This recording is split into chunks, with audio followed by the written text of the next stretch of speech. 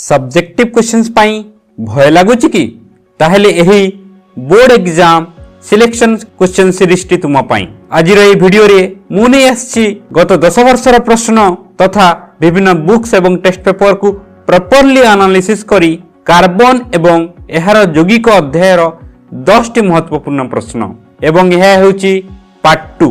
प्रथम प्रश्नटी हेला कार्बन परमाणु अति अधिक संख्यार यौगिक सृष्टि करिवार कारण मान लेख जहा कि 2020 एनुअल एवं 2025 एनुअल रे मध्य आसीथिला। द्वितीय प्रश्नटी हेला डॉट ओ क्रॉस इलेक्ट्रॉन संरचना सह गोटे उदाहरण देई सहसंयोजी यौगिक किपरि गठित होए बुझाओ जहा 2015 एनुअल रे आसीथिला।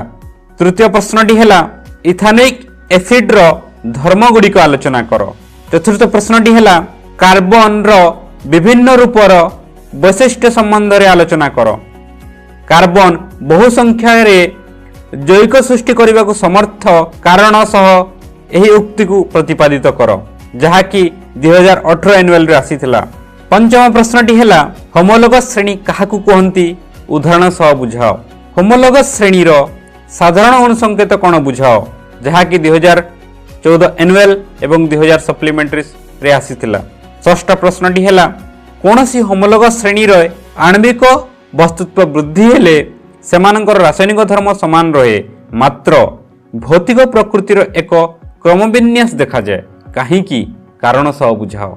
एहा मध्य 2019 एनुअल एवं 2025 एनुअल रे आसीथिला। सप्तम प्रश्नटी हेला साबुन और डिटर्जेंट मध्य रे थिबा दुईटी पार्थक्य लेख जहा कि 2024 एनुअल रे मध्य आसीथिला। अष्टम प्रश्नटी हेला प्रतिस्थापन प्रतिक्रिया को उदाहरण सह बुझाओ। नवम प्रश्नटी हेला पृक्त अपृक्त हाइड्रोकार्बन कोन उदाहरण सह बुझाओ। एमानंक मध्य रे थिबा धर्मर पार्थक्य लेख। 4 कार्बन विशिष्ट आल्केन रो आइसोमर गुड़िक ग्राफिक संकेत सहित लेख। एहा 2015 एनुअल 2018 एनुअल रे आसीतिला एवं आगु को आसीबार मध्य अनेक संभावना रही। दशम प्रश्नटी हेला खरजल कोन एथिरे साबुन व्यवहार कले कोन असुविधा हुए डिटर्जेंट किपरि खरजल रे उपयोग करा जाय लेख।